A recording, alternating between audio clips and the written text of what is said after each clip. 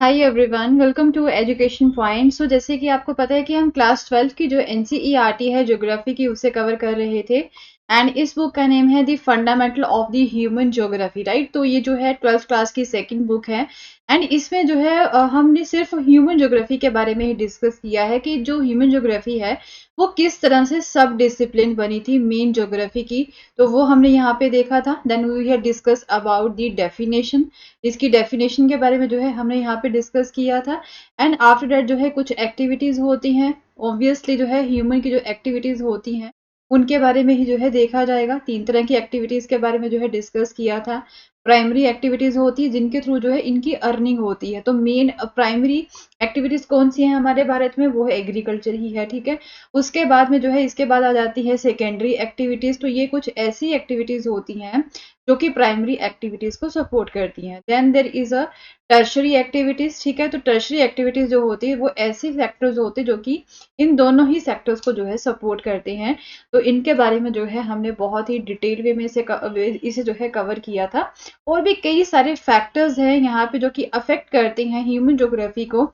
उनके बारे में जो है हमने बहुत सारी चीजें कवर की थी। तो अभी जो है हम लास्ट चैप्टर इसका कवर कर रहे थे, that is the 10th chapter, जिसपे जो है हम बात कर रहे थे ह्यूमन सेटलमेंट्स के बारे में। ठीक है, किस तरह की सेटलमेंट्स जो है ह्यूमन की हमें देखने को मिलती हैं। तो हमने जो है सबसे पहले इसके रूरल सेटलमेंट्स के बारे में जो है डिस्कस किया था। नाउ प्रीवियस टू जो है वीडियो से हम बात कर रहे थे अबाउट दी अर्बन सेटलमेंट, ठीक है। जो शहर की सेटलमेंट्स होती हैं उनके बारे में हम डिस्कस कर रहे थे। तो अर्बन सेटलमेंट्स के जो फंक्शंस होते हैं, शहरों में कई तरह के फंक्शंस होते हैं। कई सिटीज जो होती हैं वो क्या होती हैं, वो जस्ट रिलीजियस प्लेसेस होती हैं, है ना। कई सिटीज जो है वो इंडस्ट्रियल प्लेसेस होती हैं। तो अलग अलग तरह के फंक्शंस वहां पे होते हैं। उनकी जो इंपॉर्टेंस होती है अलग अलग फंक्शंस की वजह से ही होती है। ओके, तो ये जो आज की वीडियो रहेगी ये लास्ट वीडियो है। इसके बाद में हमारी जो क्लास 12th की एनसीईआरटी है ज्योग्राफी की वो टोटली कंप्लीट हो जाएगी। ओके, तो उसके बाद में हम जो है फिर नई एनसीईआरटी जो है वो कवर करेंगे। हिस्ट्री हम ऑलरेडी कवर कर चुके हैं, ज्योग्राफी भी हमारी कंप्लीट हो चुकी है। ओके, तो नाउ कंटिन्यू करते हैं अर्बन सेटलमेंट्स की। अब प्रॉब्लम्स के बारे में जो है डिस्कस करते हैं। तो जैसे कि आपको पता है कि लोग शहरों में क्यों जाते हैं। People flock to the cities, किसकी वजह से, एम्प्लॉयमेंट अपॉर्चुनिटीज की वजह से। जो लोग हैं वो कहाँ पे जाते हैं, सिटीज में जाते हैं। या फिर कुछ सिविक एमिनिटीज जो होती हैं, मतलब कि अच्छी सहूलियतें मिल जाती है, उसकी वजह से जो है मूव करते हैं, ठीक है। बट अगर हम बात करें डेवलपिंग कंट्रीज की, तो वहां की अभी भी जो मोस्ट सिटीज है वो क्या है, अनप्लैंड है, वो अच्छे से नहीं बनाई हुई है। जिसकी वजह से जो है हमें सिटीज में काफी सारी कंजेशन देखने को मिलती है। जैसे हमारा भारत है, यहाँ पे हमें बहुत सारी कंजेशन जो है देखने को मिलेगी। घरों की यहाँ पे शॉर्टेज है। एंड वर्टिकल एक्सपेंशन यहाँ पे हो रही है। स्लम एरिया जो है उसकी ग्रोथ हो रही है। तो ये ना आजकल की कुछ डेवलपिंग कंट्रीज है, लाइक इंडिया ही जो है हम ले लेते हैं, मेन एग्जांपल तो इंडिया ही है। तो यहाँ पे डेवलपिंग कंट्रीज में जो मॉडर्न सिटीज है ना, वो वहां पे स्लम्स वगैरह जो होते हैं ना, उनकी ग्रोथ एक मेन फीचर जो है बन चुकी है। तो जिसके अब क्या हो रहा है, यहाँ पे जो पॉपुलेशन है, ठीक है, जो कि यहाँ पे सब स्टैंडर्ड हाउसिंग में रहते हैं, बहुत ही मतलब एक डाउनग्रेडेड हाउसेस पे रहते हैं, ऐसे लोगों की प्रोपोर्शन जो है सिटीज में बहुत ज्यादा बढ़ चुकी है, जैसे कि स्लम्स में रहते हैं या फिर स्क्वेटर सेटलमेंट्स में रहते हैं, ठीक है। So in most million plus cities in India 1 in 4 inhabitants जो है वो इलीगल सेटलमेंट रह रहा है। काफी सारे इलीगल घर यहाँ पे बनाए हुए हैं, ठीक है। तो ये इस तरह के जो घर हैं वो मतलब बहुत ही फास्ट वे में बढ़ रहे हैं, ठीक है। इवन अगर हम बात करें एशिया पैसिफिक कंट्रीज की, तो वहां पे भी जो 60% लोग हैं अर्बन पॉपुलेशन के, वो इसी तरह की जो स्क्वेटर सेटलमेंट है उसमें रह रहे हैं। सबसे बड़ी प्रॉब्लम तो यही है। तो उसके बाद में नेक्स्ट क्या आता है, इकोनॉमिक प्रॉब्लम्स आती है। तो ऑब्वियसली अब शहरों में जो है भीड़ बढ़ती जा रही है। लोग किसकी वजह से शहरों में मूव करते हैं गांव से, एम्प्लॉयमेंट अपॉर्चुनिटीज की वजह से। तो अब पॉपुलेशन बढ़ती जा रही है, एम्प्लॉयमेंट अपॉर्चुनिटीज उतनी ज्यादा नहीं है। तो ऑब्वियसली क्या होगा यहाँ पे कि इकोनॉमिक प्रॉब्लम्स तो आएगी, लोगों को जॉब ही नहीं मिलेगी। तो यही चीज है, the decreasing employment opportunities in the rural as well as smaller urban areas जो है, वो किसकी वजह से क्या हुआ कि अब अर्बन एरियाज में जो पॉपुलेशन है वो क्या हो रही है, कंसिस्टेंटली पुश हो रही है। तो the enormous migrant population generates a pool of unskilled and semi skilled labor force। तो वहां पे ये माइग्रेंट होते हैं। माइग्रेंट कौन होते हैं? जो कि रूरल एरिया से, गांव से जो है अर्बन एरिया में लोग माइग्रेट होते हैं। किसकी वजह से? एम्प्लॉयमेंट, जॉब्स की सर्च में जो है वहां पे वो एक तरह से मूव होते हैं। तो यहाँ पे अब जो है कुछ ऐसे होते जो कि स्किल्ड होते हैं, ठीक है, या फिर कुछ यहाँ पे अनस्किल्ड होते हैं, ठीक है।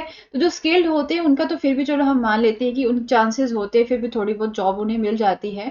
बट अनस्किल्ड लेबरर जो होते हैं ना, उनके लिए बड़ी यहाँ पे प्रॉब्लम आती है, ठीक है।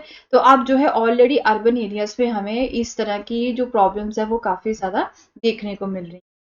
उसके अलावा यहाँ पे कुछ सोशो कल्चरल प्रॉब्लम्स भी है। अब क्या हुआ है, यहाँ पे काफी सारे सोशल इल्स जो है यहाँ पे इन सिटीज पे देखने को मिलेंगे। कौन सी सिटीज में? डेवलपिंग कंट्री, ठीक है। वहां पे फाइनेंशियल रिसोर्सेज नहीं है, तो जिसकी वजह से अच्छा सोशल इंफ्रास्ट्रक्चर जो है वो यहाँ पे लोगों को नहीं मिल रहा है।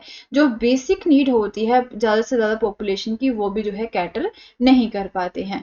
तो अच्छे एजुकेशनल और हेल्थ फैसिलिटीज जो है वो अर्बन के जो गरीब लोग होते हैं, शहरों के जो गरीब लोग होते हैं, उनको नहीं मिल पाती हैं, ठीक है। तो जो हेल्थ इंडाइसेस है ना, यहाँ पे ये रैंक भी जो है शो करते हैं कि डेवलपिंग कंट्रीज में जो सिटीज है उनकी कितनी गंदी कंडीशन है। तो लैक ऑफ एम्प्लॉयमेंट है, एजुकेशन जो है वो वहां पे है नहीं, ठीक है, लोग पढ़ नहीं पा रहे हैं, जिसकी वजह से क्या हो रहा है, क्राइम जो रेट होता है ना, वो यहाँ पे इंक्रीज होता जा रहा है। ओके, तो मेल सिलेक्टिव माइग्रेशन जो है यहाँ पे अर्बन एरियाज पे वो ज्यादा होता है, ठीक है, जिसकी वजह से क्या होता है कि जो सेक्स रेशियो है ना सिटीज की, वो भी डिस्टोर्ट हो रही है, वो खराब हो रही है, ठीक है। तो नाउ बात करते हैं इन्वायरमेंटल प्रॉब्लम्स की। तो ऑब्वियसली लार्ज अर्बन पॉपुलेशन है डेवलपिंग कंट्रीज में, तो यहाँ पे ह्यूज क्वांटिटी ऑफ वाटर की भी जरूरत होगी। All type of waste material जो है वो भी यहाँ पे ज्यादा होगा।